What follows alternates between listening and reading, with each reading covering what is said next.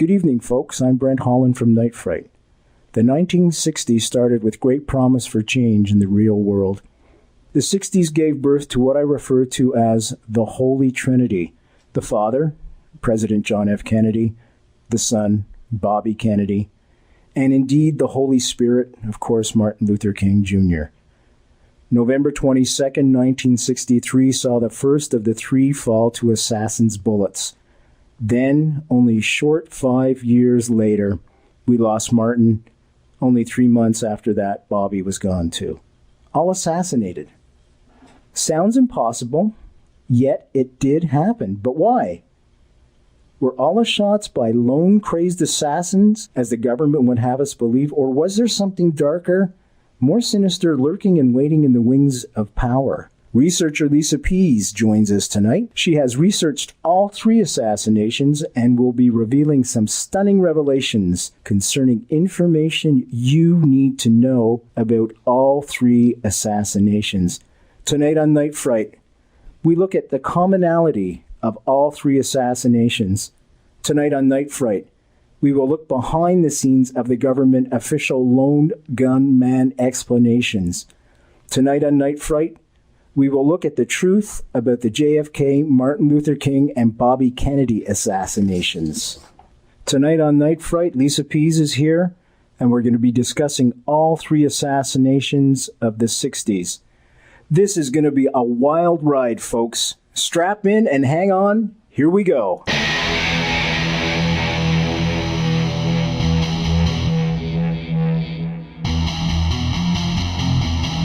There is a time to question.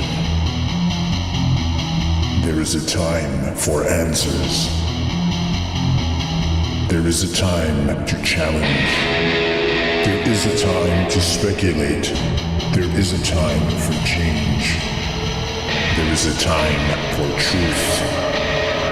The time is now.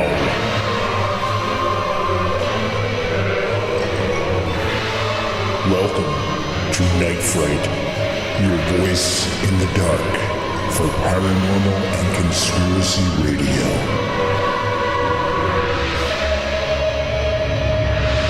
And now your host, Brent Holland.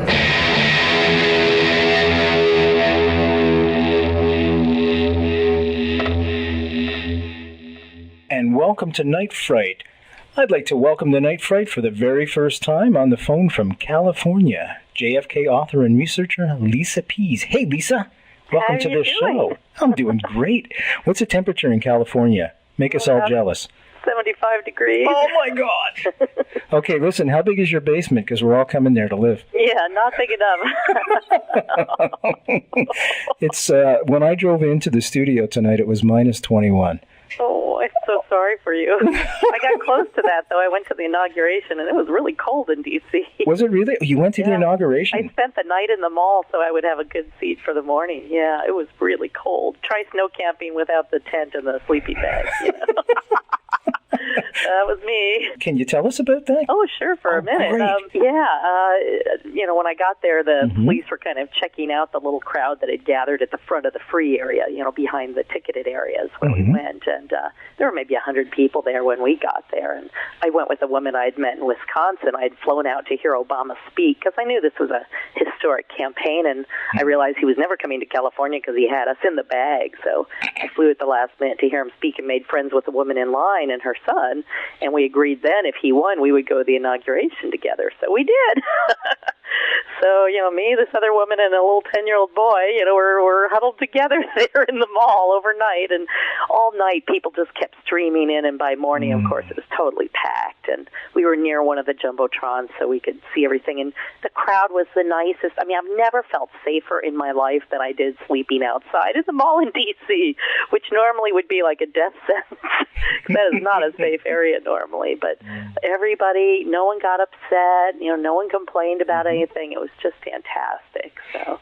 Well, I watched it on TV, and what a historic moment. I was very impressed with his speech, extremely so. Extremely I think it's the first time in history an inauguration speech was used to kind of chastise the public a little bit and say, it's time to grow up and step up and do more. And it was not quite as lofty as ask not what you can do. It's kind of like you done bad, and it's time to fix it. And I appreciated hearing that because it would seem more honest to me.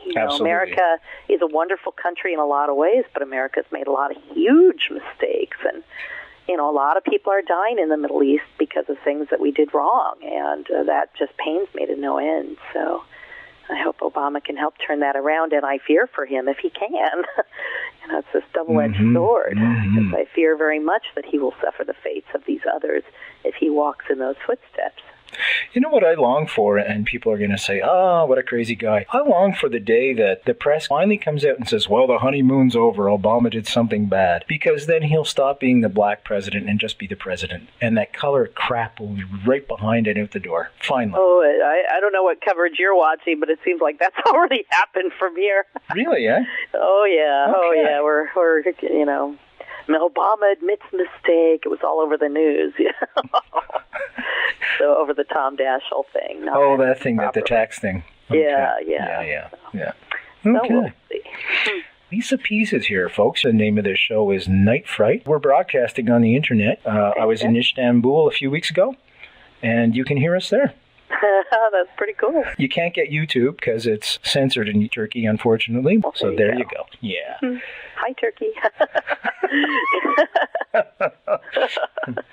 Can you tell us a little bit about, Lisa, your terrific book that you did with... Yeah, I read Jim's book when I was first getting into the case, his first book on the Jim Garrison case, and I was such a fan, and, somebody locally knew us both and, introduced us, and of course we hit it off instantly because we had so much to talk about, and, so we worked for years on this little magazine called Probe, where we would write articles and put out little issues and sit at a coffee shop and proofread everything and hand stamp all the the issues. I mean, we're not talking a major operation. But yeah. But with our little subscriber base, we had some pretty big names on our little subscriber base. And one time the New York Review of Books called us up and asked for a reprint of a particular article because it had something to do with what they were doing. And another time a Village Voice reporter called me about one of the articles and wanted me to co-write something with him, and then it was about a politician who unfortunately stepped down before we got to start the article, so bummer. I almost got into the Village Voice.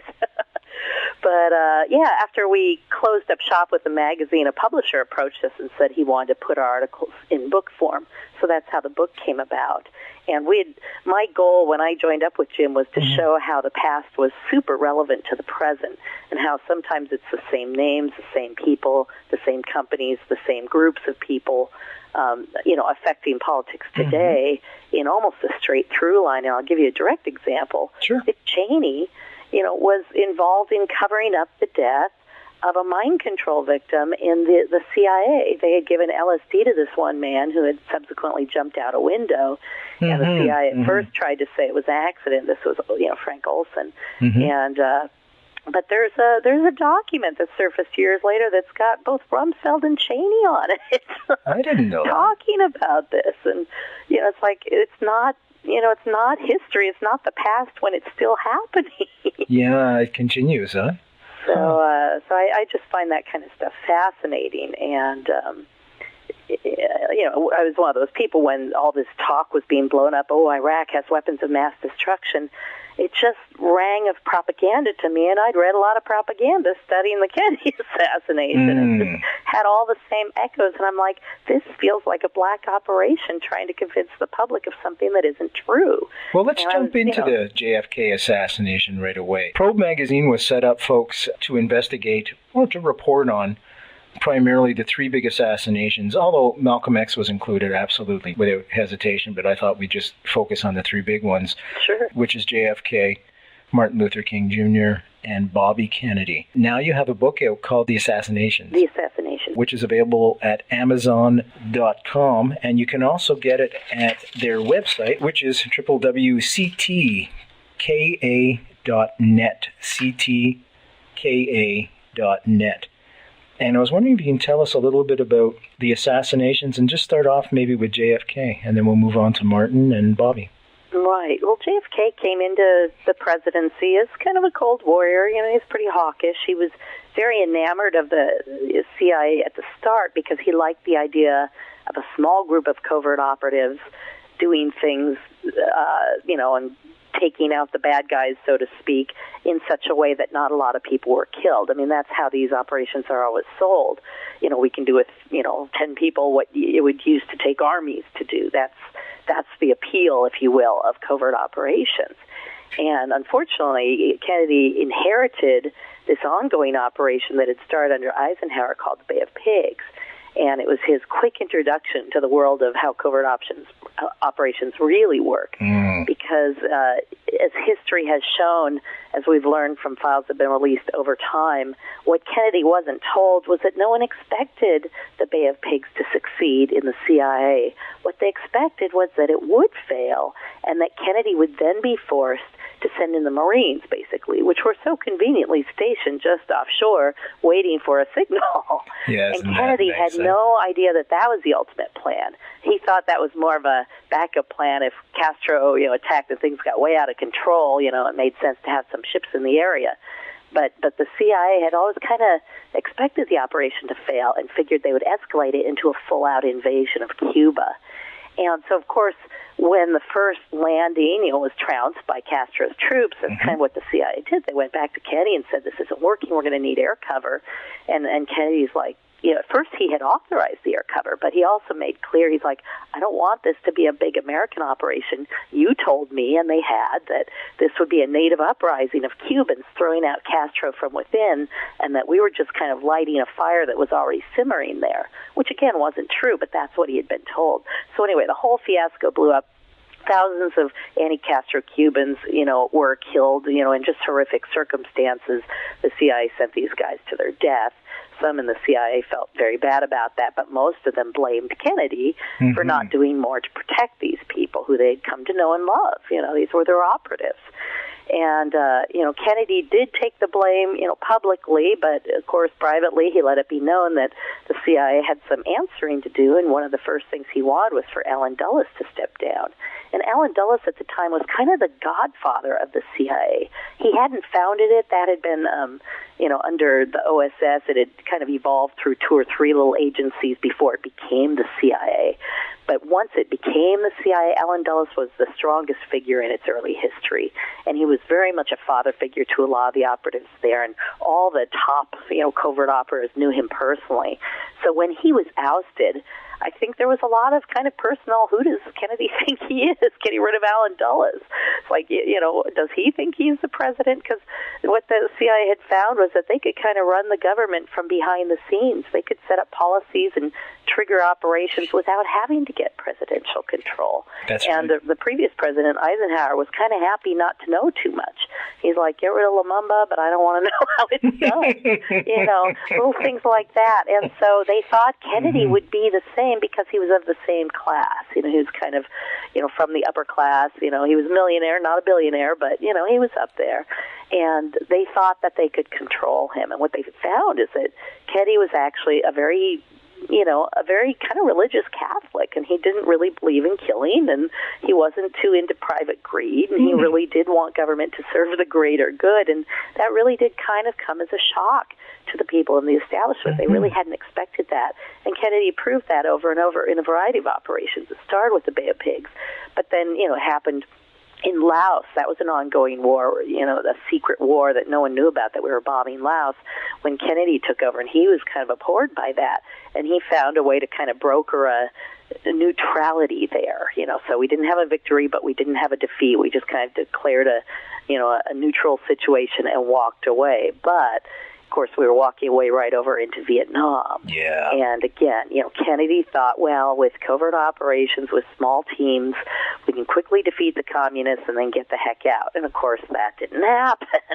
And Kennedy knew it was a risk because Kennedy had actually visited Vietnam when the French were trying the same thing many years earlier. That's right. And so he and his brother were both very skeptical about Vietnam, but the pressure around them was very intense. And as Obama will eventually find out, a president doesn't run everything. A president can only do so much. He has to be able to trust the people around him. And if he says no, no, no, no, no to everything, what are they going to do? They're going to mutiny. And so Kennedy was trying to walk a fine line and not piss off all the hawks in his administration, many of whom he had appointed there. You're listening to Night Fright, your voice in the dark for paranormal and conspiracy radio. The time is now. And now your host, Brent Holland. Lisa, you just mentioned a pressure on JFK. Where was that pressure primarily coming from? The Pentagon? Well, the Pentagon, the establishment who was making money off of these operations, and the covert forces that were also growing fat and rich off of these operations. So you kind of have these three forces. You got the big money people, the war people, and then the covert people, all standing to benefit from these continued operations. And Kennedy trying to quietly find graceful ways to exit these situations. And now, if you're a warmonger and somebody's, crying out peace, what do you think they are? You think they're, communists at that point in time, because we're in the middle of the Cold War. And there were people in the government who really thought that Kennedy was, at best, soft on communism, and at worst, an actual agent within our own government. I mean, some people were paranoid to think in those extremes. Crazy, that he was really sabotaging our government. I think James Angleton, the head of the CIA's counterintelligence, kind of believed that. Not that he was like answering to the Soviets, but that he was dumb enough to be in bed with the Soviets. And Kennedy knew that any gesture he made was going to be read that way, so he established a back channel to Khrushchev. They had little couriers that would take notes back and forth between, wrap them in newspapers and walk them into the Oval Office, so they didn't have to go through anything that might be opened and scanned by the CIA first. Kennedy was known to pull people out into the Rose Garden because he thought maybe that was one place in the White House that wasn't bugged, where he could talk openly. Wow, I didn't know that. Yeah, that's in Jim Douglas's very excellent book, which I highly recommend, called JFK and the Unspeakable. He's got some of those incidents, and he describes this back channel in the best detail I've ever seen. And, Kennedy and Khrushchev kind of agreed to disagree philosophically about how best to run their countries, but they both agreed they did not want nuclear war. And yet, the people on both sides around them very much did. Everybody, the Soviets were pissed that America had bombed Japan, and they wanted to put us in their in our place. And of course, America thought they could get away with the first strike and just wipe off the communist threat forever. And Kennedy was abhorred by the thought of using nuclear weapons anywhere on the planet because he knew how much damage they could do. And, he knew what had happened in Japan. And, like I said, he was a man who actually read the papers, educated himself, unlike some of our presidents. Yeah. Can you speak about Operation Northwoods for our audience? Yes. Towards the end of Kennedy's administration, the CIA and the Pentagon were still trying to figure out a way to overthrow Castro and get into Cuba. And one of the proposals that the Joint Chiefs came up with was this thing called Operation Northwoods, whereby they would stage, have a plane go down of Americans and make it look like the Cubans had shot it down, and then use that as an excuse. And the plans are so elaborate that not only would they shoot a plane out of the sky, but they would stage fake funerals.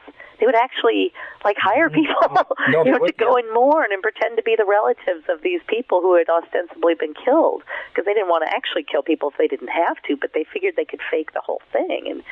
And there were a whole series of operations, and James Bamford details this in, I think it's Body of Secrets or Body of Lies, I forget the title of his book, but he writes about this. It was a document that surfaced thanks to Oliver Stone in the film JFK, because there was an uproar after the film that caused government to pass a law and release a lot of suppressed files, and this Operation Northwoods surfaced in the 90s. That's how because I've seen it online, Just do a Google, folks, if you want, on Operation Northwoods, and you'll find the document that we're referring to right now.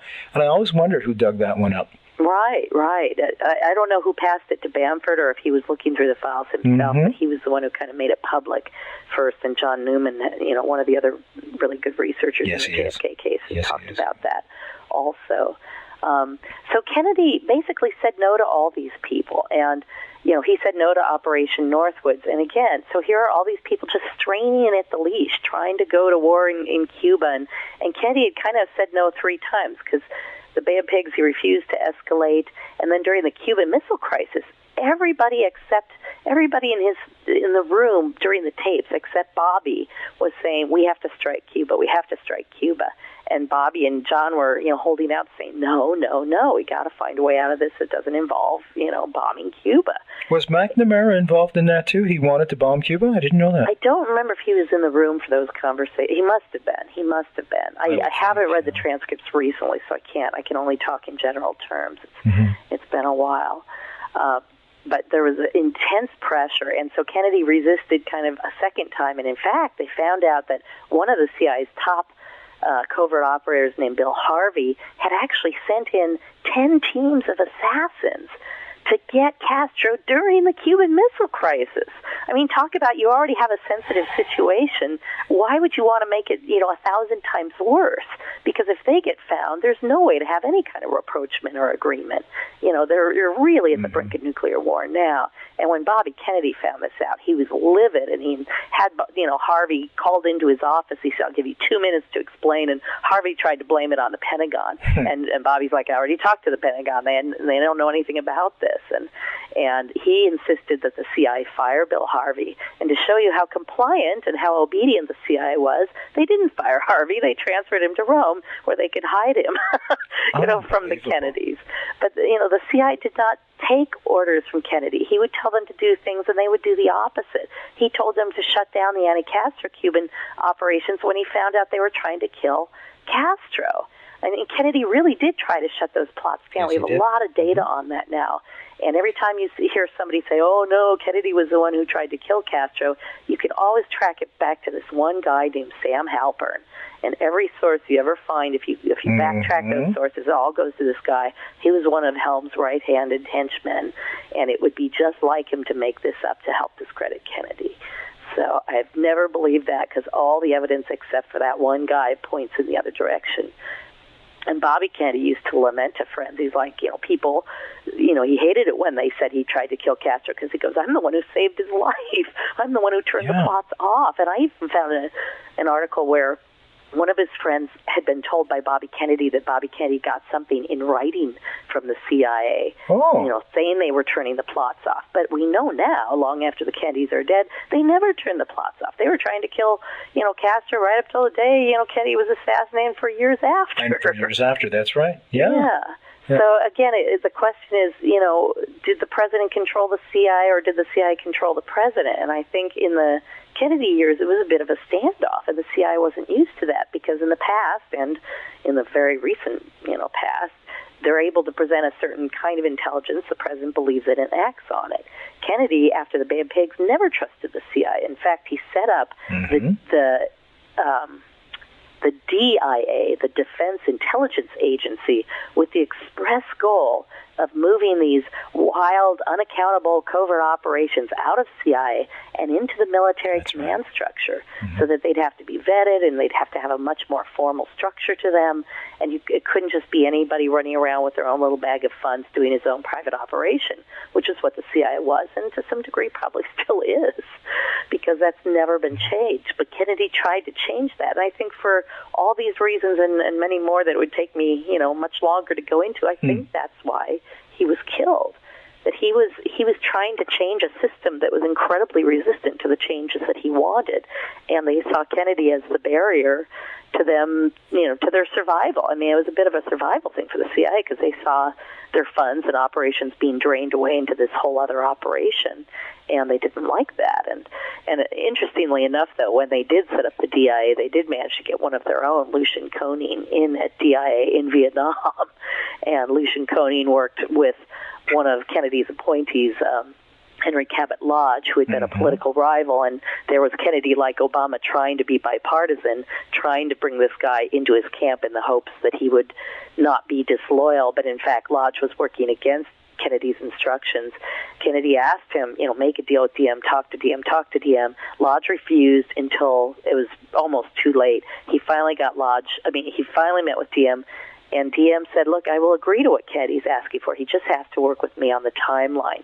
By the time Lodge reported that conversation, the coup that ended up killing DM had already started, and he didn't send his telegram with any kind of special urgent significance, so no one even read that part until, basically DM had already been killed. It was just, it was horrific, what was being done to undermine Kennedy from behind the scenes. And, maybe Kennedy wasn't a good leader, maybe you could paint it that way, but on the other hand, I feel like Kennedy was trying to work with people and to give them a shot, and a lot of them really let him down. Big time. Folks, we are speaking with Lisa Pease. Lisa Pease is a researcher and an author. She's written a great book along with Jim DiEugenio, who, as you know, was on this show a few weeks ago. And the book is called The Assassinations, and it deals primarily with the 4 big assassinations that took place in the 60s, which is JFK, Dr. King, RFK, and also Malcolm X. Lisa, in researching the book, was there any commonalities you found between the assassinations? Any names that kept popping up? Any scenarios? Well, certainly there are strong fingerprints and, in some cases, footprints, really big, deep ones, of intelligence throughout all those, and specifically the CIA. It's very obvious in the JFK case because Oswald had, the CIA had tons of information about Oswald prior to the assassination. They appeared to have been moving him around, the countries like a chess piece, over to Soviet Union and then back on a military hop, and then the CIA claimed they didn't debrief him, even though he'd be of obvious interest to the CIA. The only reason they wouldn't debrief him is if they already knew what he had to say, because they'd been in contact with him all along. So, it was kind of funny that they claimed, they told the Warren Commission they had no information on Oswald that would have been suspicious. And, of course, they had this huge background that this guy had supposedly defected to the Soviet Union and blah, blah, blah. And I don't want to go into that because so many people have written about that. But, and in the RFK case, which I'll talk about third, there's a lot of evidence of CIA involvement, but the one that always interested me was the Martin Luther King case, because a lot of people talk about the FBI and the mob, but there's strong evidence of intelligence work there too. And the reason I say that is that James Earl Ray himself was traveling under 4 different aliases, which all were people that, like, the NSA was tracking, or one of them was even, I think, an NSA officer or something.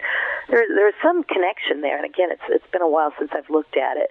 But, for example, one of his aliases was a guy named Eric Starvo Galt, and the actual guy went out and got a nose job. Suddenly, James Earl Ray goes out and gets a nose job, and it continues to look like him after the nose job. And it's like somebody is obviously coordinating this. He's borrowing an identity, and it's not the kind of thing James Earl Ray, who lived in America, could do with this Canadian guy. And the Canadian cross-border thing reeks of CIA, because Angleton was very tight with the head of Canadian intelligence for years and kind of helped run Canadian intelligence almost as an outpost of American intelligence for a period of time. Yeah.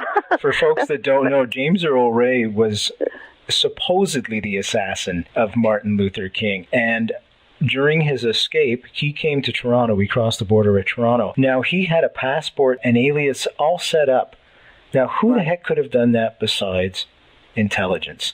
Right, and intelligence at that time was running drugs from Canada through all the way to Cuba. There's just like a little map that they would follow. Yeah, that was and that was the path that James Earl Ray traveled, and he was working for a man he called Raoul. Don't know if that's his real name or not. William Pepper, believes he has found Raoul, and is that right? Yeah, it's in his book, which I recommend reading. It's an interesting case. I'm not 100% convinced, but it's very compelling. Is it in active state? Yeah, he thinks he's tracked him down. Really, eh? Oh, so, okay. Yeah. And, but like I said, the emphasis, unfortunately, in Pepper's book is kind of a mob angle, and left out is the degree to which the CIA was using the mob to do its dirty work domestically, because the CIA was prohibited from operating domestically. By its charter, when it was first set up, people were worried about Nazi Germany, and they didn't want a secret service here in America, with police authority. So the CIA's charter was very specific that they could only spy on foreigners and in foreign lands, not on American soil. Of course, the CIA violated that from day one. In fact, they basically spied on Congress and blackmailed them to get the CIA created in the first place, which is, again, a story we don't have time to go into that I've written about elsewhere on the Internet. But so the CIA had been breaking that one. But the CIA was using the mob for a lot of things. And, they became kind of their lower-level operatives. And it was easy to manipulate them because, you just give them money and, you could pretty much get them to do anything you needed. Kill somebody, fine, no problem. Bob was happy to step up.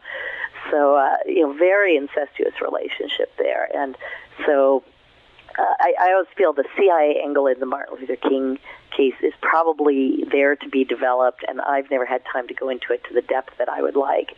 But I feel, there's more there from what I have seen and the trails that have opened there. Listen, do you want to take a break? I hear your voice. Sure. And okay. You know what we'll do? We'll come back, and I'd like to talk about Bobby Kennedy and some of the commonalities that are involved with that assassination also. Okay. I guess we'll take a 3-minute break.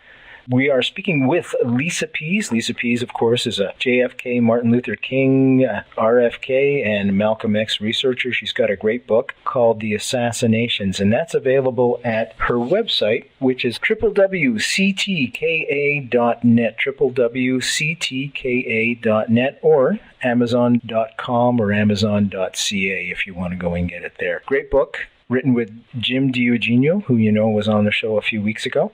Folks, the reason why we can have a show like this in peaceful Canada is because there's folks over there putting their lives on the line every day for us. Whether it be peacekeeping or whether it be in Afghanistan on the front lines, I just want to thank them from the bottom of my heart, because my biggest decision today was whether to get a small coffee or a large coffee.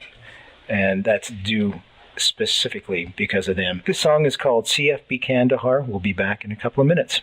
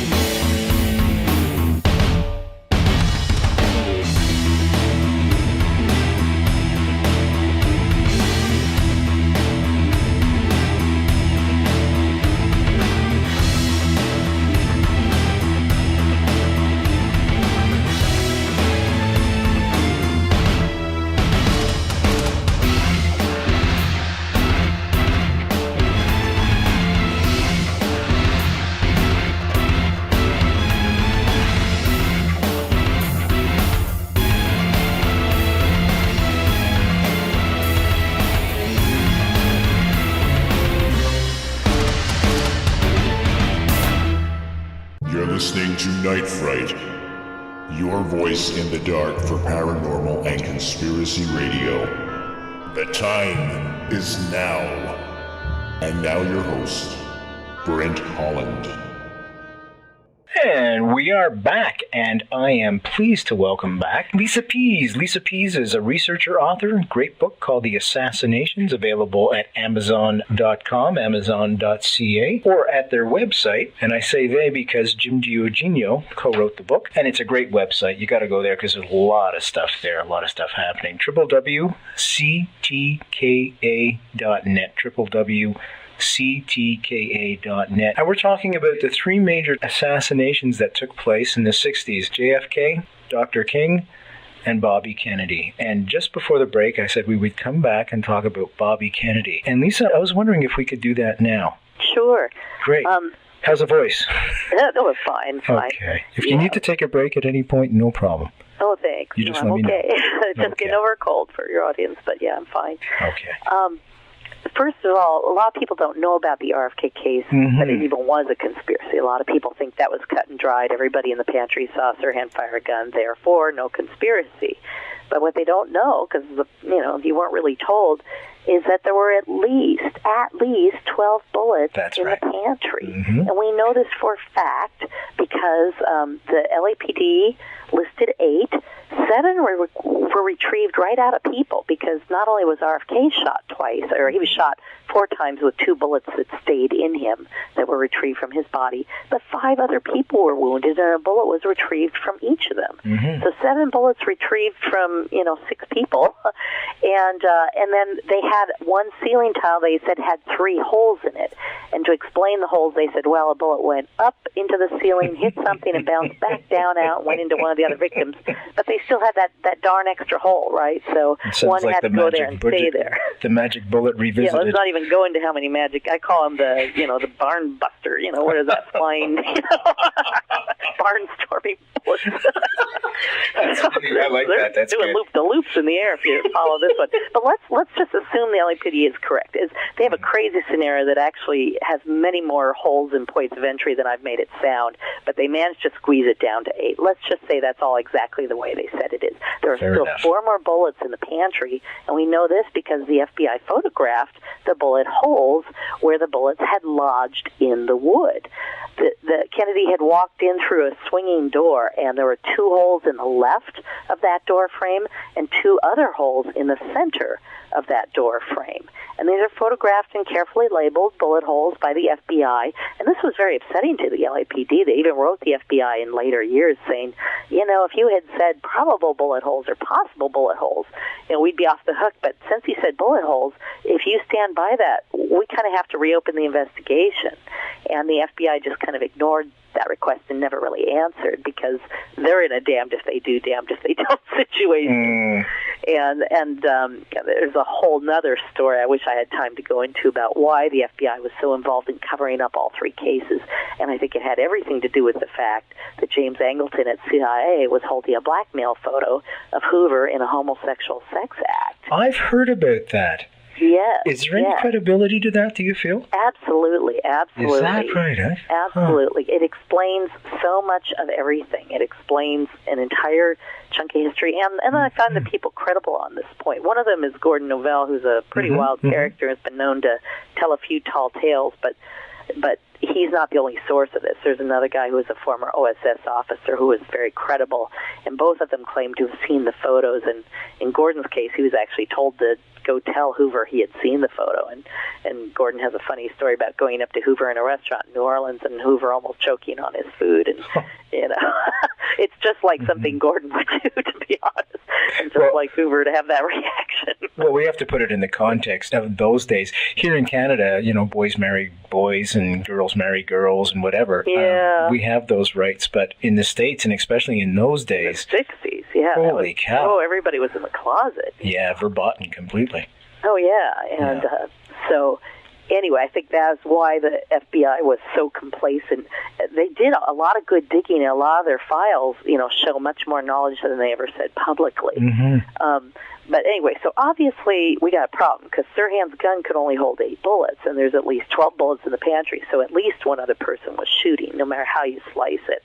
Now, why didn't Sirhan's lead defense lawyer bring this up? His name was Grant Cooper, and he, right after he, signed on to the Sirhan case quietly, because he was representing an associate of Johnny Roselli at the time. He was in another trial for the Friars Club, a little gambling club here in Beverly Hills, where people had drilled a hole in the ceiling and were cheating at poker and screwing their friends out of money. Can you tell the folks who Johnny Roselli was? Yeah, I was just about to. Johnny Roselli was the CIA's hand-picked mob guy to run the Castro assassination plots. They used Robert Mayhew, who was then running the Howard Hughes empire, because the CIA kind of was very embedded, shall we say, within the Hughes empire, especially in Las Vegas. And, they worked with Mayhew through the Hughes. They probably got some Hughes money to do this, too, without Hughes ever knowing, I would guess. But in any case, Mayhew had contracted with Roselli to go hit Castro on behalf of the CIA. So Roselli is involved in this other court case, and he's at that time threatening to blow the lid on the Kennedy assassination. He's like making noises, and Jack Anderson is printing stories that this guy is claiming there's like more to that story than we know. And I think the CIA wanted to, shut him up, but they also wanted to make sure the truth didn't come out about Grant Cooper. So it looks like Roselli stole a grand jury transcript and got it to Cooper, who was then going to use it, even though he should have known and must have known that was illegal. But he was trying to help this other guy get off. And so Cooper was basically compromised before he even took on Sirhan's case. And when Sirhan's case finished, Cooper got his sentence on his own actions and was given a mere slap on the wrist and a fine of $1,000. I can't help but wonder if Sirhan had gotten off, if Cooper would have lost his license. I can't help but wonder if there was some sort of an implicit threat there, because it was a perfect setup to keep him in control. Because if you're going to commit a conspiracy, you've got to know you can get away with it, or you don't do it. That's right. They had to know they could control the LAPD, and they could, because the CIA had 2 guys who ran the LAPD's investigation of the second Kennedy assassination. There were these 2 guys, Manuel Pena and Enrique Hernandez, both of whom had worked for CIA front companies, U.S. Aid in Latin America. And one of them, Manny Pena, who was very much in charge, his brother had said in an interview, unrelated, of course, to this case, how proud Manny was of his service to the CIA all these years while working for the LAPD. So, and Manny Pena had actually retired from the LAPD the November before and had been thrown a big ceremony at a local hotel here, Sportsman's Lodge, and it was in the papers. And then all of a sudden he's back at LAPD just a month before the assassination, a couple months, I think it was April. And so, so what was that about? And, maybe he needed the money. It was never really explained why he came back. And, more bizarre stuff. Yeah, always. And Enrique Hernandez was the guy who did all the lie detector tests, so he had sole authority to say who was telling the truth and who was lying. And in some cases, he provably reversed it. He told people they were lying when we know for a fact they told the truth. Like one guy said, I saw this girl and, blah, blah, blah, and the police said, no, you're making that up based on this story because you talked to this girl. Well, that couldn't be, because he had already talked to the FBI before he ever talked to this other person. That kind of thing. So we know they weren't lying, but they were told they were lying by Hernandez, and they figured out over time that you don't argue with Hernandez because he will just work you until you break. And one of the women who was a witness, Sandy Serrano, she saw 3 people go in the back of the Ambassador Hotel, and 2 of them come back out. The one that didn't come out was Sirhan. The 2 that did come out came running out. One was a girl in a white dress with dark polka dots. The polka dot lady, yep. And the girl was saying, we shot him. And Sandy's sitting on the steps not knowing what's going on outside because it was a hot night. She was cooling off. She goes, who did you shoot?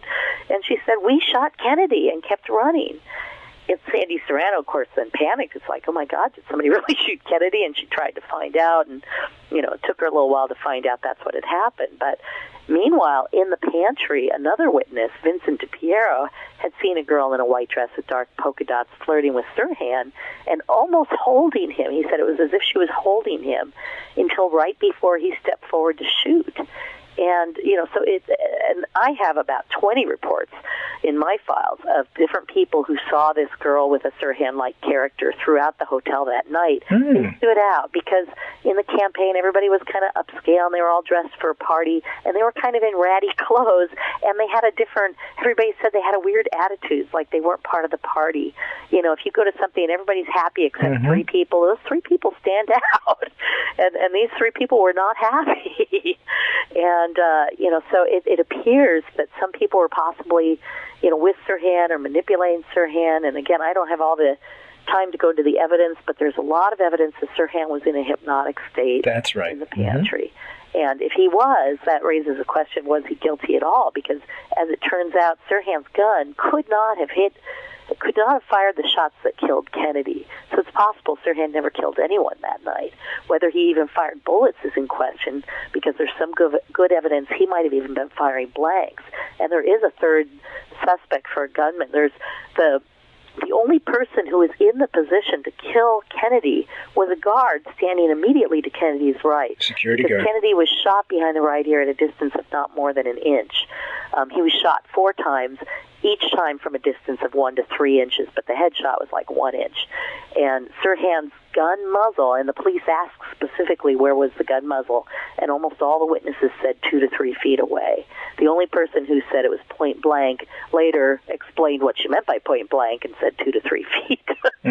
So, and of course the police would quote her point blank thing without quoting her clarification when they were talking to the press. We have a witness who saw him at point blank range, without explaining what she meant by that. You're listening to Night Fright, your voice in the dark for paranormal and conspiracy radio. The time is now. And now your host, Brent Holland. Now, if I'm not mistaken, didn't the security guard take his gun and throw it in a river? No, that is not quite what happened. The security guard did take the gun and sell it, and then he claimed he had sold it before the assassination, but the receipt surfaced and they found out he had sold it after the assassination. And that person at some point, it changed possession, and I'm not sure if that person's the one who threw it in the river or somebody else did, but it did end up in like the bottom of a lake, and a film producer went and dredged the place until they found the gun, and I think they really have the gun, but if the CIA did this, I am sure the gun will never be a match. You know what I mean? Yeah. Because that's how it works. Yeah, they dot their I's and cross their T's. It doesn't matter at some point what the facts are. You can always get somebody to lie, and you can get people in labs to lie or falsify results, and it's been done, and sometimes it's been done on the record, and we have documents that prove something was falsified, but a lot of times we don't, and we're just left hanging to speculate, and that's the problem with studying these things. We get to the point where it's impossible to prove something, which is why it's a conspiracy theory, But I'd say that there is a fact that there was a conspiracy in all these cases. That is absolutely provable with the evidence we have. What we can't prove exactly is who exactly did it. But I can tell you that, like I said, intelligence agencies were involved in all three, and they knew they were covering up.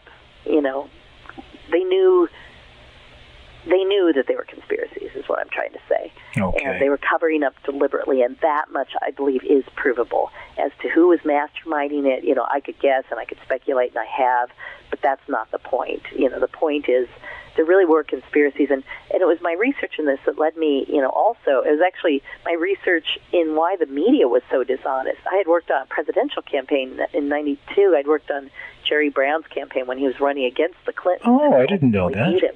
Yeah, and I would go to these events, and then I'd see the press reported, they'd be like thousands of Clinton supporters, a handful of Jerry Brown supporters, when there was rough parody in the crowd. And I'm like, wait a minute, this is deliberate editorializing. So, that got me curious, like, why is the press so dishonest? And when I started getting into the Kennedy assassination, I stumbled upon the fact that the CIA often used journalists as assets, meaning in some cases the CIA would give a journalist something to print, and the journalist would run it under their own name even if they hadn't actually wrote it.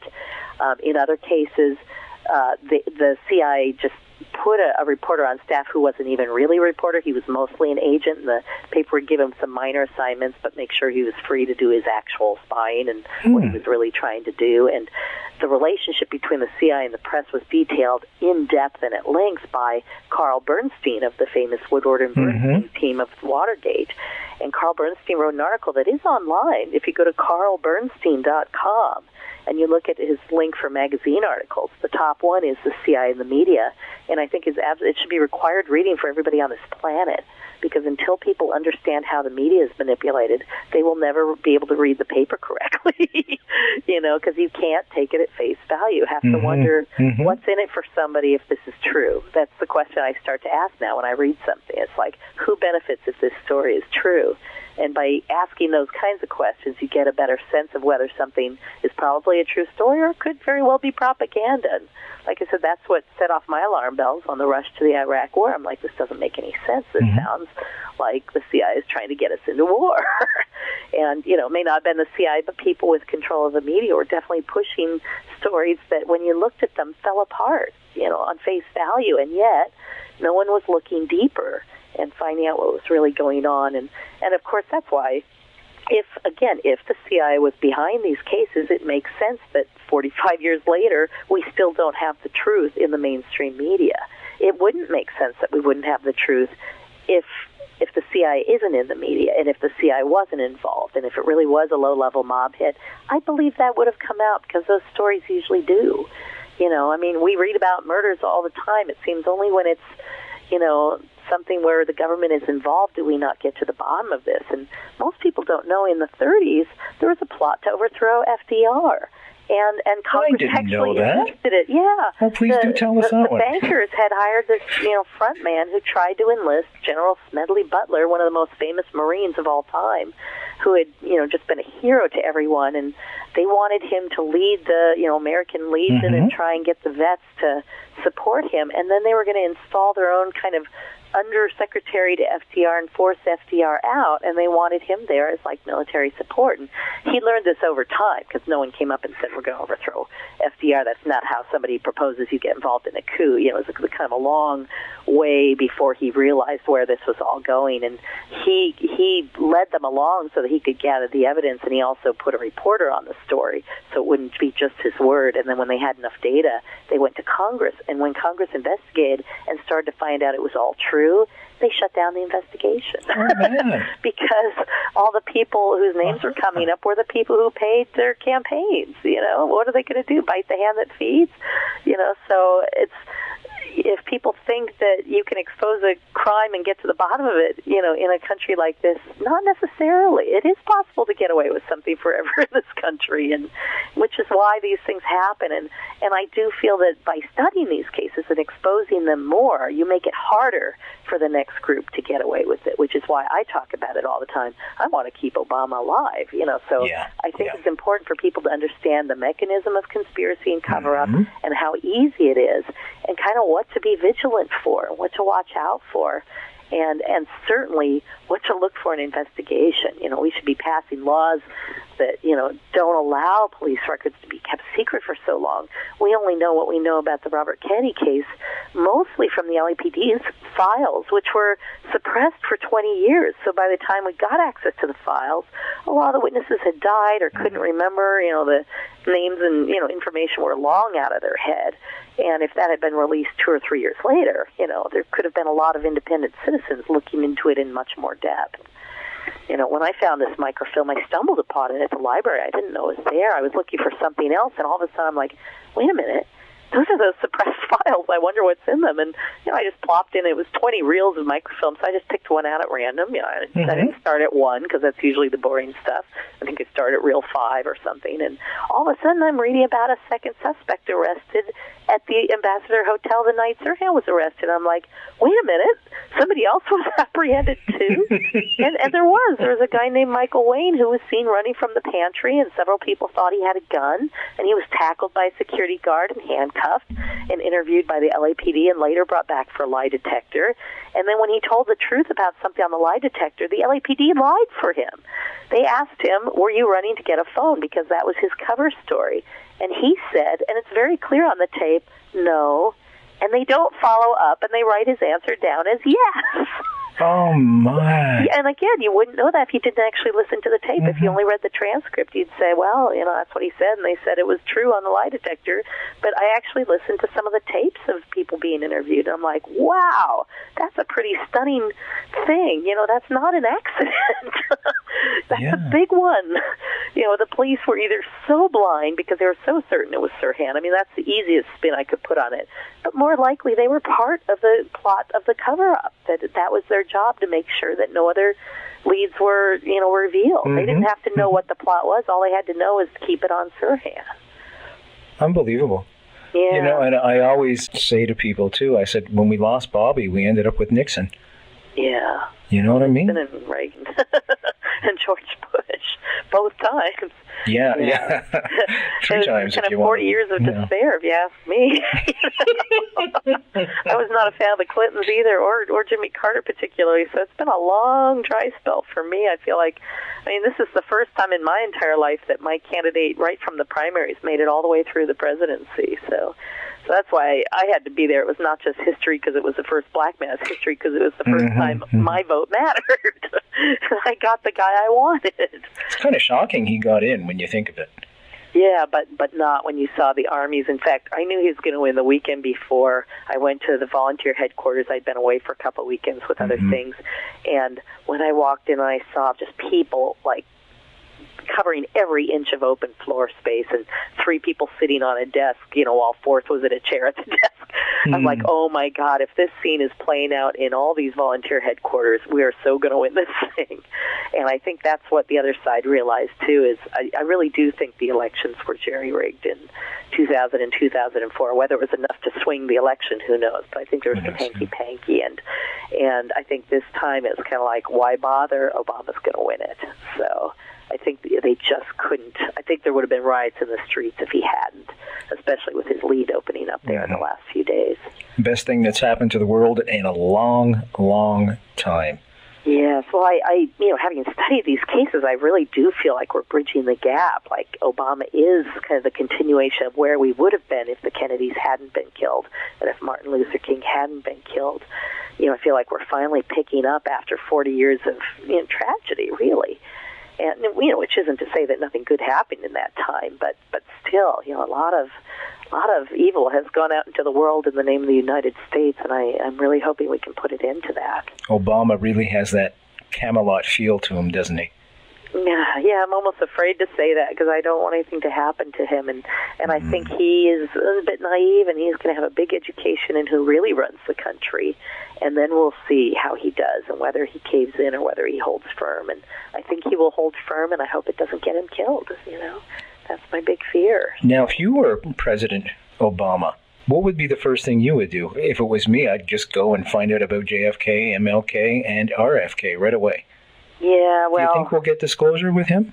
I don't think... Well, he did. One of his first acts as president was to strengthen the FOIA laws and for more of a presumption of disclosure, meaning if there's a doubt, open the record, don't leave it closed. Oh, I didn't know that. Yeah, I think it was his first executive order, and I thought that was such a strong statement about where he wants to go, and because transparency is the salvation of democracy. Democracy without transparency can't happen.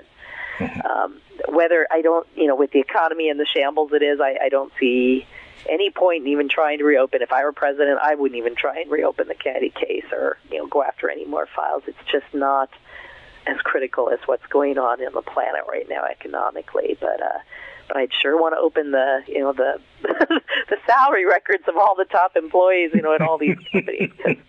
There's just some, like if I've got good people I know are being laid off, really decent people are losing their jobs. No, you're right. And, few of those bonuses could have employed several of them for a year. That's right.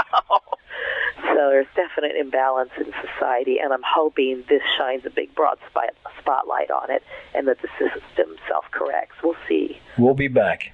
We will. The world will come back. And what was it Bill Clinton said on Letterman? I heard him say, never count the USA out. And he's right, Strong people are proud people, and, and basically, most admirable people that I meet are really good people. Absolutely. They're nice, kind people. And But we've gotten very far off track, and I think a lot of it has been, there's been so much disinformation and cover-up in the media that until we clean up the media, we won't have the information to make good judgments as a democracy. Because if you're basing your vote on a false premise and don't know it, your vote is being stolen and you don't even know it. And so it's really important that we, be absolutely vigilant about the quality of the information we're getting. Mm-hmm. And that, I think, is also a way to keep Obama alive. We'll see. Folks, we're speaking with researcher and author Lisa Pease, all the way from California. We're talking tonight about her book, The Assassinations, co-written with Jim DiEugenio, author and researcher himself. And we're talking about the Martin Luther King assassination, the Bobby Kennedy assassination, and of course JFK, and the commonalities between all three. Lisa, would you like to take another break and rest your throat for a few seconds? Oh, for a few seconds, sure. Okay, no problem. I'm going to play another piece of music. When we come back, you're an author. I was going to ask you if we could say something to the college students about how to become an author. Maybe just give them some tips. You can also talk about ethics and things to shoot for. How does that sound when we come back? That sounds great. Okay, so I'm just going to play a piece of music. We'll be back in 3.5 minutes. This is for the troops overseas. It's called Task Force Kabul. Thanks, guys, for doing what you're doing.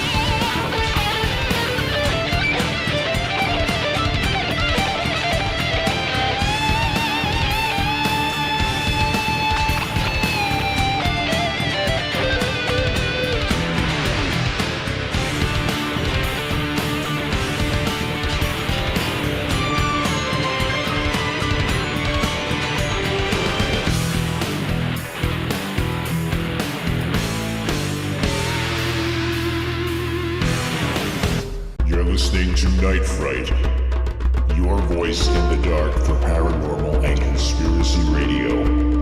The time is now. And now your host, Brent Holland. And we are back, and we're speaking tonight with Lisa Pease on a frosty evening. I just checked outside. It's minus 23, folks. If you're outside, stay warm. Cover the skin because your skin will freeze in seconds when it's this cold. Makes me question why my ancestors came to this country and not California.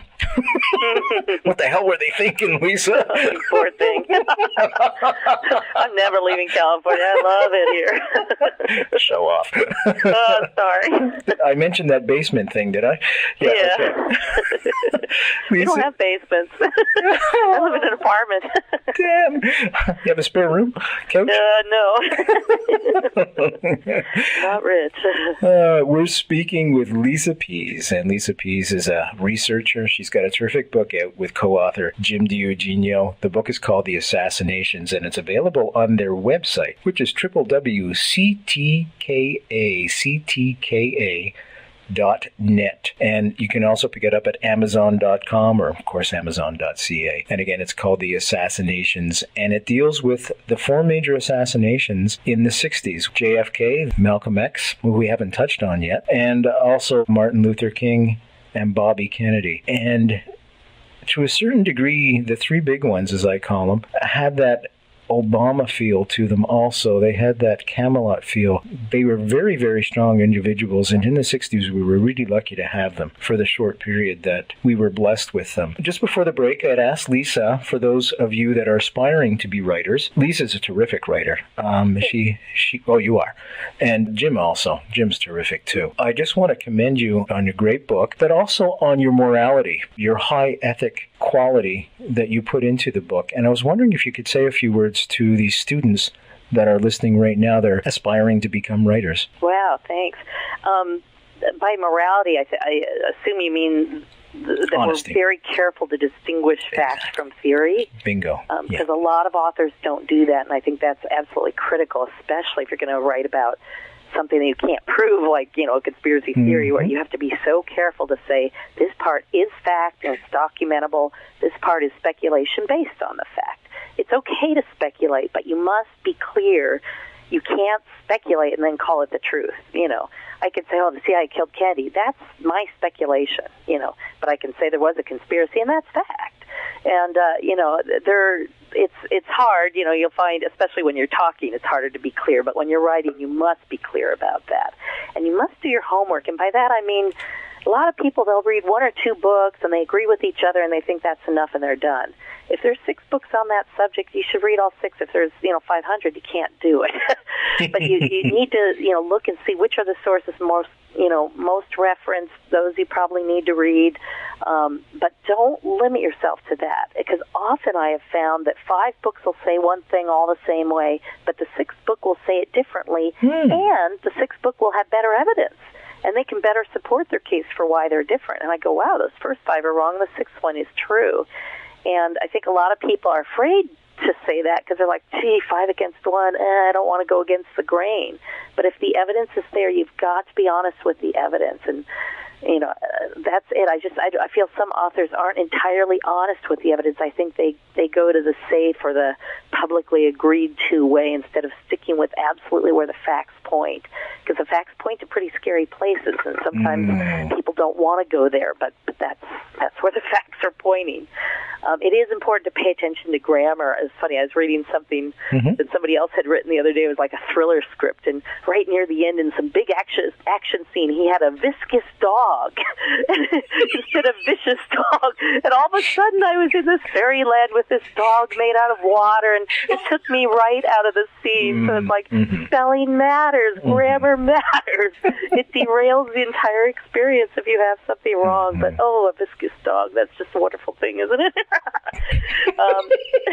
You also want to outline, because it's really easy to wander, and boy, when I've written without an outline, it's never as good as when I've written with an outline. Plan what you're going to say it, and then wrap up what you said. Introduce it, detail it, summarize it. It's just, that's how it works. And I would recommend, don't be afraid to work for free. I wrote for free for 7 years before somebody came to me and said, gee, let's make a book out of this. And I got to tell you, too, there's not a lot of money in these books. You hear that, these conspiracy authors are just in for the money. I'm here to say BS on that one. No kidding. No private jets here, folks. We're talking a few hundred over time. Yeah, I know. It's maybe like being a musician. Maybe a few thousand over a long time. Mm-hmm.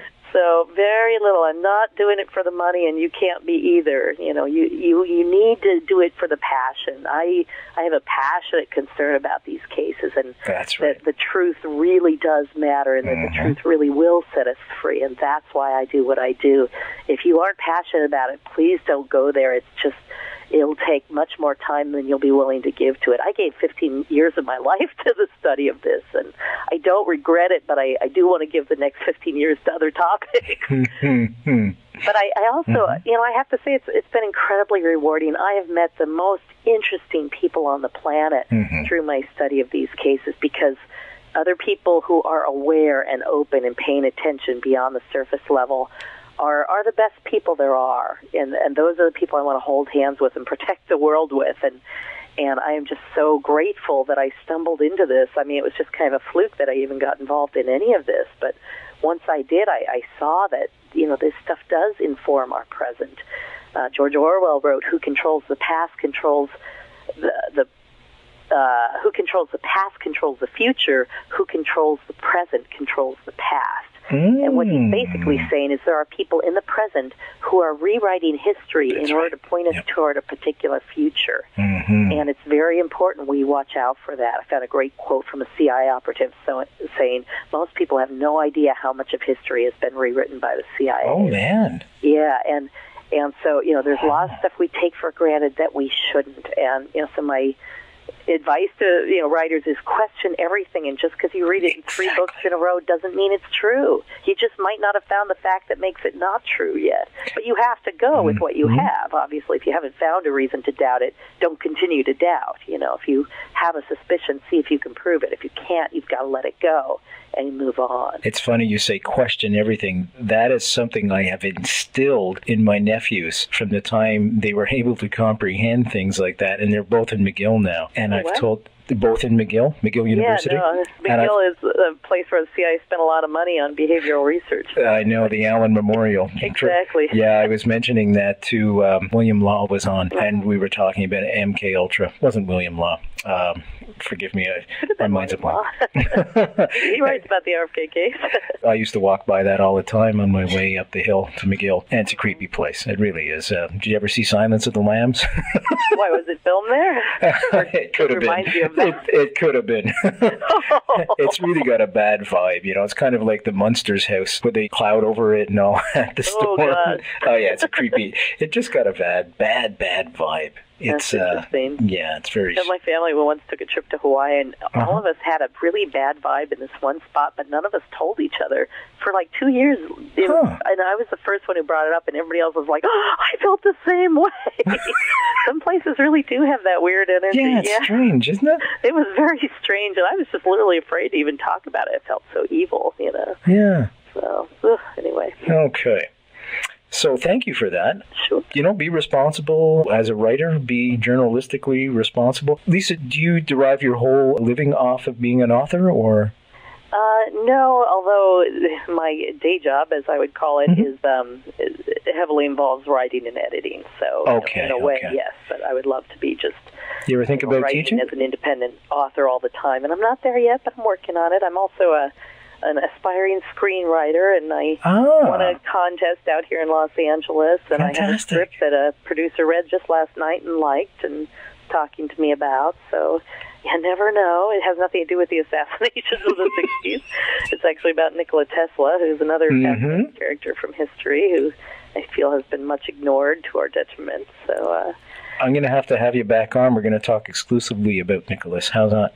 Oh, that'd be fun. Okay. Yeah. Did I mention I was a film composer? No, I I didn't know that. Send me your resume. Who knows? Yeah, no, that's a fact, actually. I write for NASA and CBS and NBC and all those guys. Wow, very cool. Thank you. For you. This is a volunteer gig for me. Fantastic. When we moved here from Montreal, Sudbury's a small, I shouldn't say that. It's a small city. I was going to say small town. It really isn't a town. It's a city. Montreal. It's beautiful. Oh, thank you. Yeah. Anyways, when we moved here, I decided I would volunteer for a radio show, to be a host of a radio show, never dreaming that this volunteer gig would take up 30 hours of my week. Oh, my God. Oh, it's unbelievable. Oh, my it's God. unbelievable. Anyways. You're doing a service, too, because you're giving air to the side that isn't heard in the mainstream. So thank you for doing what you do. Thank you very much, and thank you for coming on tonight. You're listening to Night Fright, your voice in the dark for paranormal and conspiracy radio. The time is now. And now your host, Brent Holland. Do you want to talk a little bit about Malcolm X? Yeah, I was going to say, since I've talked so much about the CIA, I can't help but mention that there was a CIA plot that kept the French from allowing Malcolm X to land in their country because they had been warned that he would be killed there, and they literally wouldn't let his plane land there because they didn't want his blood on their hands. They had gotten wind of a plot. And at another time, when Malcolm X at one point kind of did a world tour, and I think this was in Cairo, but I could have the city wrong. It was somewhere in Africa, and I think it was in Egypt, but again, I might be wrong. Is that when he went on Hajj? He had a waiter come up, and all of a sudden in his mind, he realized he had seen that waiter in New York. And what was that same waiter doing here? And he was poisoned. And he actually, got very ill and had to be taken to the hospital. And, there were a series of plots to get him before he was killed. And, of course, he was killed by a group of people. No one ever pretended that was a lone man, although the people that were arrested were not necessarily the conspirators. One of the men arrested said, I was involved, but these other two weren't, and the other guys are still free. So, again, kind of a very interesting case. And the one common thing all of them had is that they were trying to empower the masses over the elite. They were all opposed to the Vietnam War, and they were all promoting, fairness and equality in society in their own ways. Civil rights, took off. John Kennedy was interested in it, but, really took off under Martin Luther King and Malcolm X. And, of course, Bobby Kennedy at one point said that would be the most important thing the Kennedy administration could address would be civil rights, which I thought was pretty bold at the time.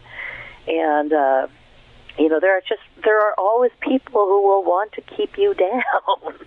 If you are a minority, if you are poor, if you are undereducated, there will always be people who want to take advantage of you. And, when you stand up and fight back, it gets very threatening to the people who've been making a living off of taking advantage of you. And those people, may be moved to defend their interests or what they see as their interests. And so it's important, for us to realize that our futures are all intertwined, and I think we're seeing that dramatically now across the world with the economic situation we're in, that, if I can't go to the movies, suddenly the movie studios are in trouble, which means the bankers are in trouble. Exactly. If I can't pay my mortgage, my bank is in trouble, and so on and so on. Everything is connected, and it's like playing a game of Monopoly, and somebody gets way ahead and they've got all the hotels. It's no fun anymore, even for the person with the hotels. If you're a nice person, if you're a nasty person, that's really fun. I never enjoyed those games. I always try and make a deal to keep others in the game as long as possible because it was more fun if everybody was having fun. It was more fun for me. So I just wish people had that attitude more in society. I agree with you wholeheartedly. You mentioned Malcolm X and Dr. King, and I just want to remind folks that it is indeed Black History Month, all the month of February. And PBS has a terrific series on. I was watching it the other night, actually. It's called Eyes on the Prize. Oh, yeah. It's fantastic. Absolutely fantastic. So I would recommend, if you want to find out about the civil rights movement, watch that. What I liked about it was it showed the actual footage of Dr. King speaking. So you got his articulations and everything, and he was a great orator. Oh, very moving. And to this day, whenever I see him give his speech, any speech, I get goosebumps. I get goosebumps right now just thinking about him. You know what I mean? He was so moving for me, and I was just a kid. 6, 7 years old, I'm a boomer, but one of my first memories was a JFK assassination, and yet I was only 6. Right. Well, one of my first memories, political memories, was Bobby Kennedy. There was I think it was a David Wolper produced special. It's like a 2-hour thing. It had started as a campaign film, and then it became a tribute film after his death. And it opened with all the people lining the train tracks as Bobby Kennedy's coffin was brought to Arlington. And it was weird to see the people lining the tracks as Obama is coming into Washington, because the last time I saw that was at Bobby's death. And again, it's just connecting that bridge forward in a way but this time with a positive reason to be at the tracks, not a negative reason. And even as a little kid, I was fascinated. It's like, why are all these people, watching his train go by? Who was this man? What was so great about him that everybody's mourning him? And, I spent a good portion of my life trying to answer that question. And, of course, now I feel the same way. And there's a great clip, and you can find it on YouTube, where in 1964, after Bobby had been killed, after JFK had been killed, Bobby went to the Democratic Convention in 64, and they applauded him for 19 minutes straight before they allowed him or anyone to speak from the podium. And it's so overwhelming. I think people don't understand what the Kennedys used to mean, because they've been so maligned in the press for so many years. It wasn't enough that, people killed him. They had to kill everything he stood for and his reputation and trash him so that we wouldn't care, because if we didn't care, why would we go study what really happened, right? If he was this bad guy, he deserved to be killed, so who cares? But he wasn't a bad guy, and that's the testament to it, because no one in history has gotten that long a standing ovation at a Democratic convention before or since, not even Obama. And, that's what the Kennedys meant to this country. And still do. And still do. And, I hope Ted Kennedy lives as long as he can, because I really want to see what health care reforms he can provide. Were you disappointed when Carolyn stepped down? And I was. On the other hand, I really hope she runs for office and goes through the regular process. I understand the argument about people not wanting to see her anointed into office. I can understand that, although I think he couldn't have picked a better person, more qualified. But she's been in politics for years. She understands the issues. She's articulate as heck, and she's a good person. And that's all I ask for as senator. Well, I have my own theory on that. I've got a funny feeling she's being groomed for Ted's spot. Well, she'd have to move to Massachusetts to do it. Well, I don't think that's out of the question. Yeah. Well, we'll see. We'll see. Now, I hope she gets into politics anyways, because she will help a lot of people if she does. Right. Absolutely. Yeah. Well, it would have been nice to have them together, but I worried when I started to hear the drumbeat against her. It's like, there's still people out there who are manipulating the media to be against the Kennedys, and that's the part that's kind of got to end. And we have now the blogosphere, as they talk about it, but who runs Daily Kos but a guy who professed that he actually went and trained with the CIA and was thinking of working for him, and then decided he didn't want to live in D.C., so he's not working for them. Well, you don't have to live in D.C. to be a media asset for the CIA.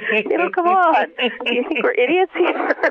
And how convenient to have the biggest blog on the left, run by a guy who's still friendly with people from the agency and is still obviously enamored of the agency, who talks about, the assassinations as like necessary dirty deeds that happened in the past, not of the Kennedys. I'm not talking about that, but in general. And so, it's just a little disturbing to me. And that's not new either. When the New Republic, the magazine, the New Republic was set up, it was expressly set up by people on the right to guide people on the left to an internationalist point of view that supported their business wishes. And that was explicit, and it was laid out in their strategy, and it's reported in Tragedy and Hope by Quigley. It's an excellent book, except it's way too long, so most people won't read it. But if you do read it, you'll find all kinds of interesting things about our history in it. So, as you will most big books. And that's the other thing I would please ask people, don't just read the Internet. Please, read books. Yes. Because when you get a chunk of information in 400-page segments, you get the broader picture. If you're looking at a picture of bank robbery and all you see is a guy holding a gun at a teller, you think you know what's going on. But if you broaden that picture and you find out there's a second guy with a gun pointing at the first guy, you see now he's not the robber, he's the victim. He's being forced to rob the bank. So that's what a book will give you. It will give you that much broader perspective, and a little internet article will never be able to do that. That's right. Please, right. people, develop long attention spans. If I could give the world one gift, it would be that. $1,000 last year for the show, for the volunteer show, and $200 so far this year. And what are we, just the first week of February? I've made a personal rule that I can't buy any more books unless I get rid of books, and I'm at the point where I don't want to get rid of any more books. So it's really slowed me down. So. Put them under the bed. That's a good spot for them. Yeah, there you go. And what's sad is I did give away a couple of books, and instantly, I regret it. It's like the next day I'll go to look for it. It's like, the one time I need that book, now I don't have it. So. I've done the same thing. It's horrible. Yeah, I like a big library myself. I don't blame you at all. Yeah. Let's talk a little bit about Malcolm X, shall we? Okay, sure. His transition, most people have seen the movie by Spike Lee. Right. Certainly that's where most people get their impression of history from, is primarily the movies, because people, as you say, tend not to read as much as they used to, I guess. That being said, you mentioned a CIA plot against Malcolm X. It seems the CIA wanted a lot of people dead in the 60s. Well, and it wasn't... Let's leave out those four leaders just for a second. Let's look at what the CIA did around the Western world. Yeah. Because, it started, in Iran. They overthrew Mossadegh, got him out and put the Shah of Iran in 1952, Guatemala. Was it? Pardon, that was 1953. 53. And that was done in conjunction with British intelligence. It was like a joint CIA British operation. And by the way, the summary of the report of that operation in the first sentence says, because Mossadegh had moved to nationalize oil and these other reasons. Let's put our puppet the Shah in, Right. And then in Guatemala, we overthrew Arbenz, a democratically elected leader, because he was nationalizing some property that United Fruit thought they should be able to get access to. And if you look at, all these leaders that were deposed or killed or overthrown, there's almost always a big business behind it that is the cause of that. And it's like that, we're told it's about communism or terrorism, but it's almost always about resource control. And what the Kennedys and, were trying to do was to, allow other countries to control their own resources, if you will. And that was anathema to the people who wanted total control.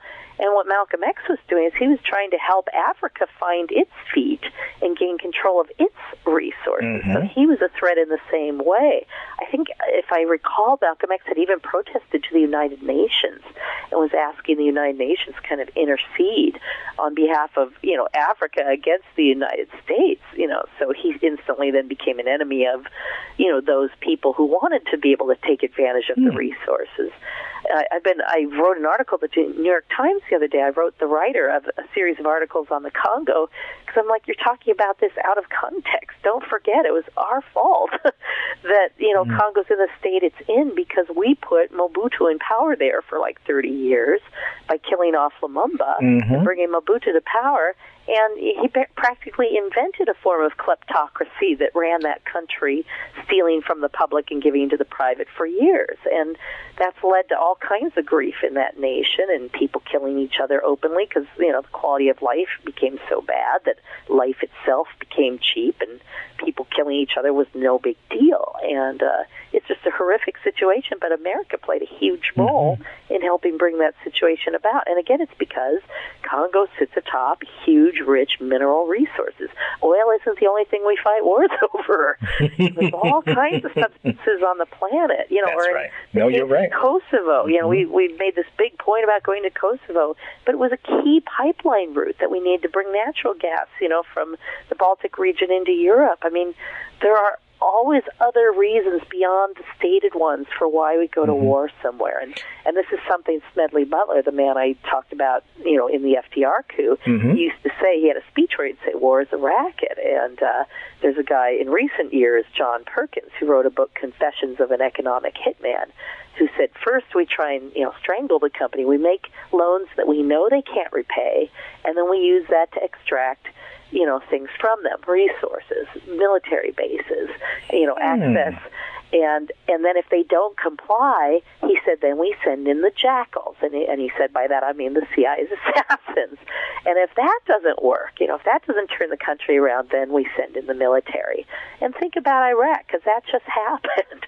We wanted their oil, right? We're not getting it. So, we took out Saddam, still not getting what we need. So we finally had to send in the military. Lisa, you're making... Now Halliburton is, all over the country. Lisa, you're making me very nervous now as a Canadian, because Canada supplies, well, we're the biggest supplier of oil to the United States. So you now have made me very, very nervous. I didn't realize that. Is that true? Yes, it is. Yeah. Oh, that's very interesting. Yeah, wow. We're the biggest supplier of oil. Yeah, nobody knows that. As long as you keep the oil coming, I'm sure you'll be fine. I figured that would be when the problem would start.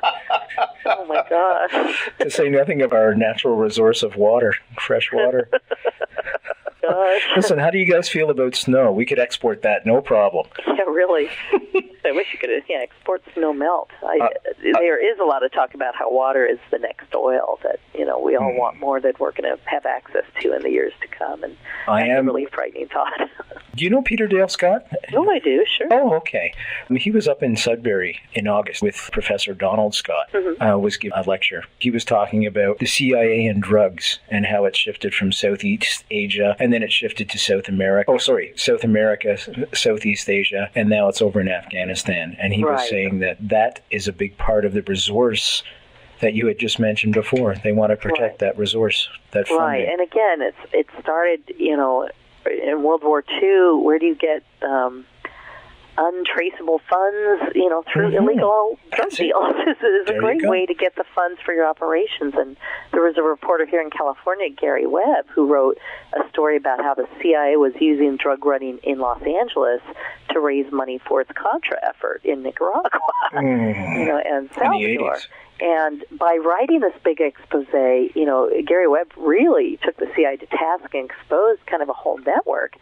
And so predictably what happens? Well, the CIA assets in the media, like Walter Pincus at the Washington Post, who once wrote an article titled "How I Traveled Abroad on CIA Subsidy," fires the opening salvo and says, well, Webb just has his facts wrong, and that's not what happened. And soon, the New York Times joins in, and all the establishment papers say Webb is wrong, Webb is wrong. So at the San Jose Mercury, what do they decide? Well, 5 people say Webb is wrong. Webb says he's right. We don't know. We didn't do the research. We're going to fire Webb. So that's basically how that came about. I mean, first they demoted him, of course, and, they pushed him into quitting, essentially. So I say fired, but, they pushed him out and gave him stories that were well beneath his talent level. And, and the poor guy got so depressed he eventually killed himself, because all his life he wanted to be, one of the big-time reporters. And here he finally had the biggest story of his life, and he did a, fantastic job with it. But he's banging on the wrong door. He's banging on the door that kills. So, we think we live in a free society, but we don't, as long as you can't talk openly about the misdeeds of our society. And until we can honestly talk about our failings as well as our successes, and honestly talk about what we're doing wrong, and until we actually prosecute people for breaking the law at high levels, this pattern will continue. And that's why I know Obama wants to move forward, and I would too, and we have all these economic problems to deal with, but I do think it's so important to go back and look at the crimes of the previous administration, because if no one is ever held accountable, it will just continue. Exactly. Sooner or later, somebody else will start up those same kind of crimes, because no one was ever punished before. Yep, you've got to investigate. Police officer will tell you that's why we have jail, right? Well, exactly, and, my honey's from Persia, and I have lots of Persian friends here in Sudbury that have fled Iran. You're listening to Night Fright, your voice in the dark for paranormal and conspiracy radio. The time is now. And now your host, Brent Holland. Sometimes I criticize the language laws in Quebec because they're racist and ethnocentric. And she said, but Canada's such a beautiful country, and what do you want to criticize the government for? Simply because we have to be vigilant. And we have to protect democracy, because I've said it before, we are the government.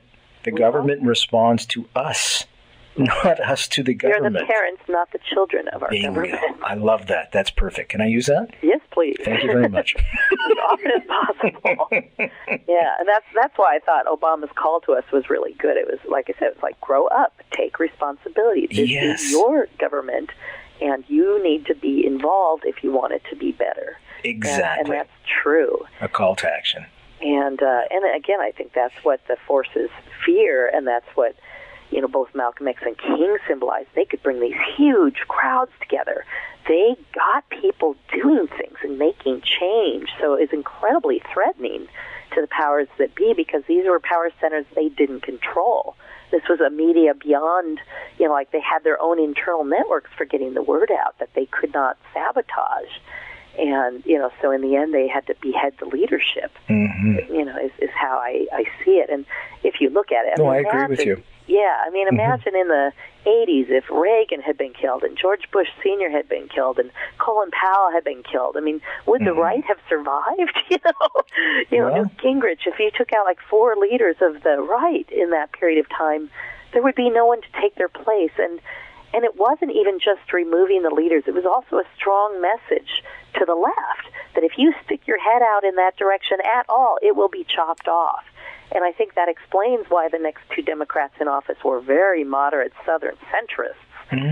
Jimmy Carter and Bill Clinton. They were so non-threatening. They were not liberals in the traditional sense.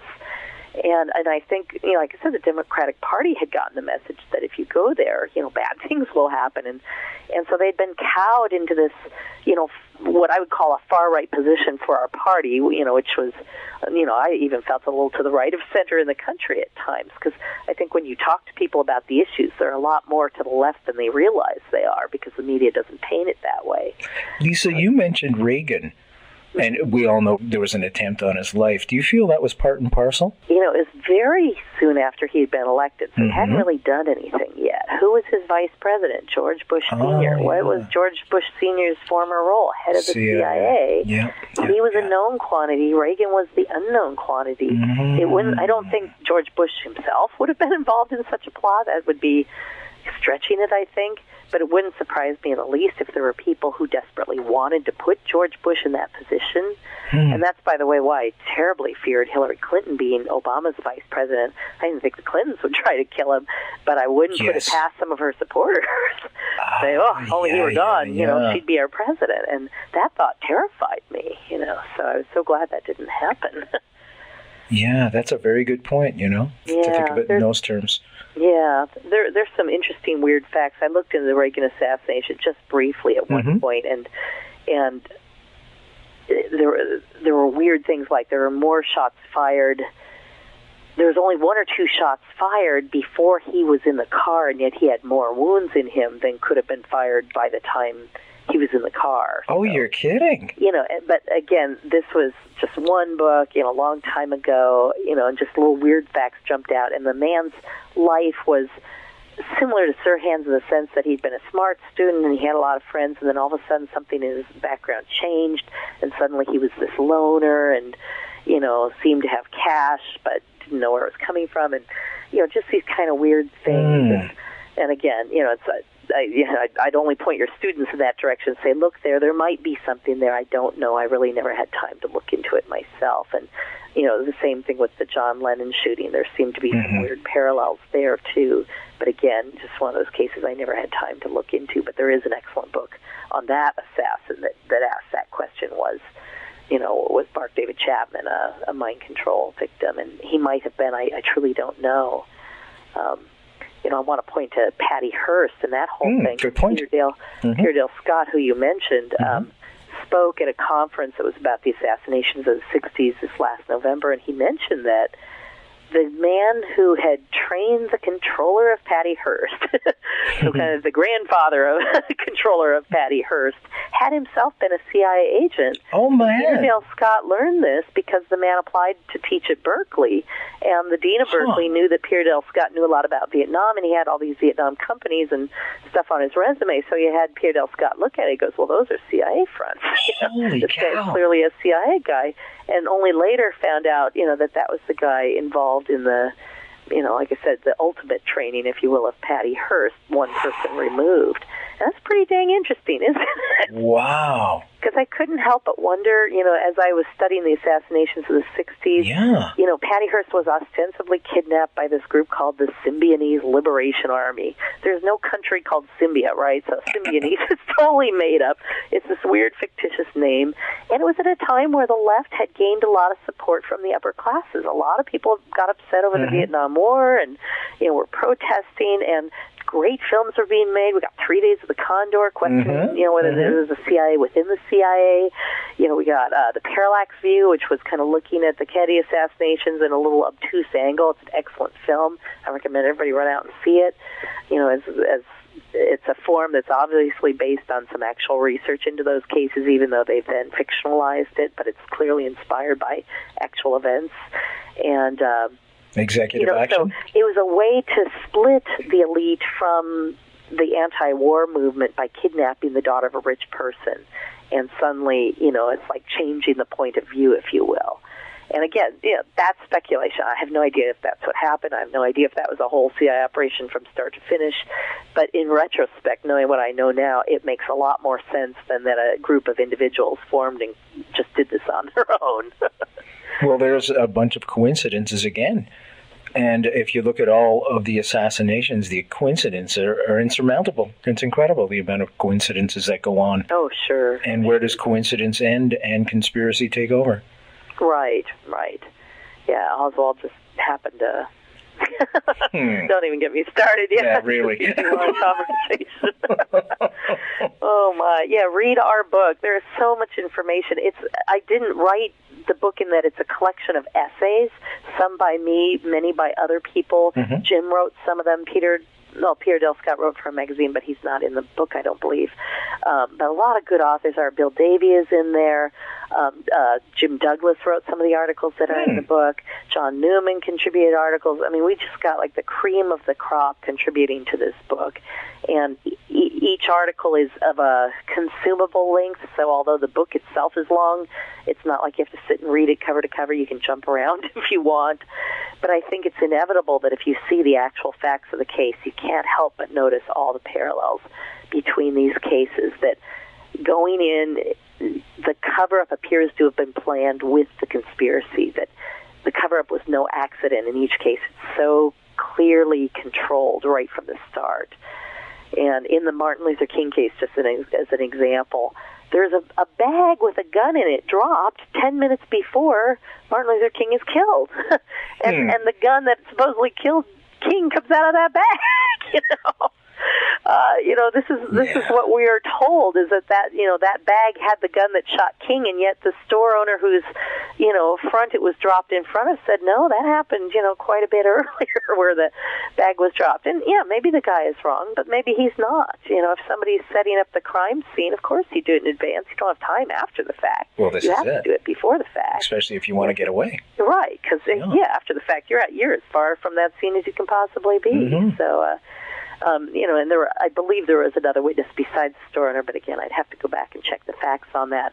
And I also want to touch on the fact that Jim Douglas was the only reporter in the country who actually went and saw this incredible trial most people don't even know happened. In the end of the 90s, we had a civil trial against a man named Lloyd Jowers, who had confessed on an ABC Nightline show, or not Nightline, but one of those, Primetime Live or something, that he had been part of a conspiracy to kill King, but that he was at a very low level, part of it. And the King family basically asked him, can we sue you and get this all on the record? And they sued him for a very small amount of money. I think it was $100. But that's how Bill Pepper was then able to bring a court case and cross-examine witnesses, under oath in front of a jury. And the jury at the end of this trial decided, yes, there was a conspiracy. No, James O'Reilly, didn't do it, although he does seem to have been involved, and that most of the blame is on government, persons unknown.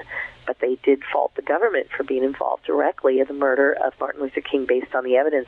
I would also point out that the King Center is online, and the entire transcript of that trial is online, and that's a book no one has written yet that somebody should really write. You know, what transpired at the trial, what was some of the most interesting testimony that was said. You know, if somebody, you know, some student is out there listening and wants to get into the case, that'd be a fantastic place to go, because that's a big story that has yet to be told. There's a thesis for you folks. There. Yeah, that's great advice, actually. And the gauntlet's been thrown down. If you're a budding journalist, budding author, budding writer, that would be a great place to start. And then some. And if anything does happen to Obama, God forbid. Oh, shush, don't even say that. I was going to say, you know, we need to, right off the bat, make sure that whatever investigations are done, their records are made public within at least 3 years. You know, we can't, like I said, we can't let them be suppressed forever. And we need to say, you know, right up front, we will consider you guilty co-conspirators if you don't release those records. Because, you know, we will have no faith based on, you know, what we know before. The Warren Commission, again, they lied. They knew they were lying. We know that now. There's a great book on that. Gerald McKnight wrote a book, Breach of Trust, That's right. where it shows what they knew and when they knew it and how they deliberately misrepresent. This wasn't accidental. It wasn't that they weren't paying attention. They knew they were covering up. And, you know, we just can't let that happen again. We're going to wrap, Lisa. It's midnight here. Okay. Feels like midnight here, let me tell you. Yeah, I bet. I have to put my long johns on to go home. No, I'm kidding. I want you to come back and talk about Tesla. Okay. Okay, how's that sound? Your book. That sounds great. Okay, because I don't know too much about Tesla, but I shall find out. All righty. First Wednesday in May, you got it. You're on. You're listening to Night Fright, your voice in the dark for paranormal and conspiracy radio. The time is now. And now your host, Brent Holland. Folks, we have been speaking with great researcher, great writer, Lisa Pease, all the way from California. She was kind enough to come on the show. She's got a great book out with co-author Jim Giugino, and the book is called The Assassinations, and it deals with the 4 big assassinations of the 60s, which was John F. Kennedy, Malcolm X, Martin Luther King, and Bobby Kennedy, and all the suspicious intelligence commonalities that interweave between all 4 of them. It was quite a ride tonight. It was great. You're fantastic. You should teach. You know that. Oh, thank you. I'd love to be able to teach this stuff. I actually think it matters. Absolutely. Well, thank you. I would recommend you teaching without hesitation. How do you feel about coming to Laurentian University? Well, made my way there, and I'm there. in the suds, as they call it. I call it I've the got suds. a lecture all prepared. I gave at the University of Pittsburgh last fall. I'd be happy to give it out there if you can pay my way. Okay. I'll speak to the powers that be and see what we can do. There you go. Thanks so much for coming on the show. Is there anything you want to leave the audience with before we go? You have about a minute now. Be curious. Ask questions. Question everything. Question everything. Even if it seems obviously true, it doesn't hurt to ask a little question. Thanks so much. Take care. You take care, Lisa. I'll be in touch. All righty. Bye-bye. Bye now. Wasn't that great, folks? Lisa Pease. I learned a lot tonight. A lot of stuff I didn't know. What a great woman. It's a terrific book. Great writer. Along with Jim Giugino. Very, very knowledgeable. Laid everything out very clearly. I hope you enjoyed it as much as I did. You've been listening to Night Fright. By the way, you can get her book. I should have mentioned this more often. At Amazon.com. The book is called The Assassinations. And you can also get it at their website, which I shall plug again, www.ctka.net. www.ctka.net. And the author's name is Lisa Pease, of course. You've been listening to Night Fright. Thanks, everybody, for tuning in. We'll see you next week.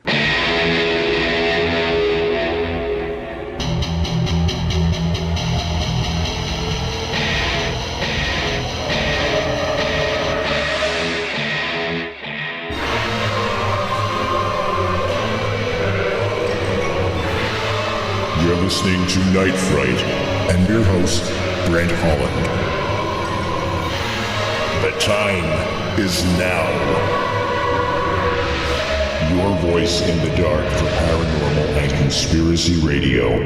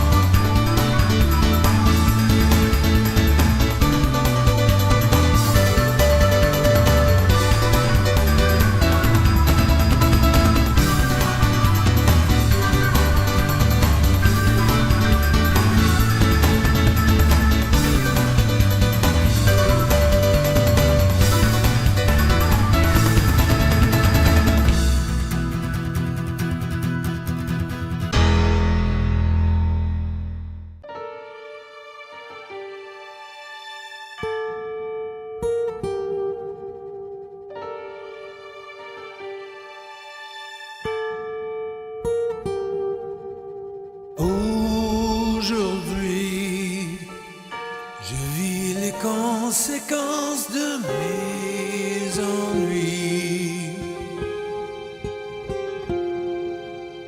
Longs sont les nuits, quand l'amour que tu me donnes va s'enfuir.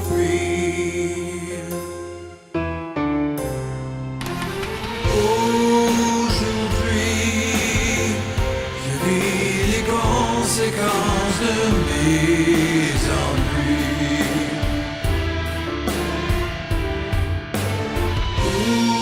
Oublier la raison d'être quelqu'un qui peut aimer.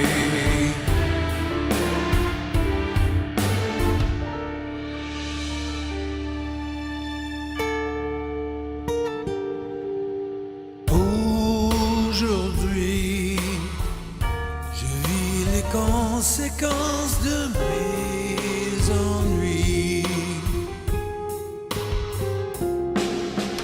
Tout ce que tu donnes